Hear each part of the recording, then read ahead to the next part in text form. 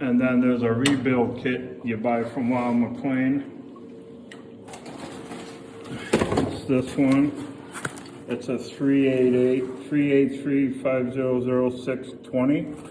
It comes with water check, new sensor igniter, comes with the new sensors, flue sensors, heat exchanger sensor, flue sensor right here. Comes with that. We replace all that. New gasket for the Venturi. That's the gas valve in the inducer motor, but it's called Venturi. It's a negative pressure gas valve.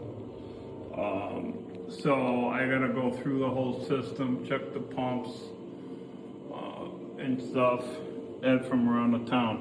Out.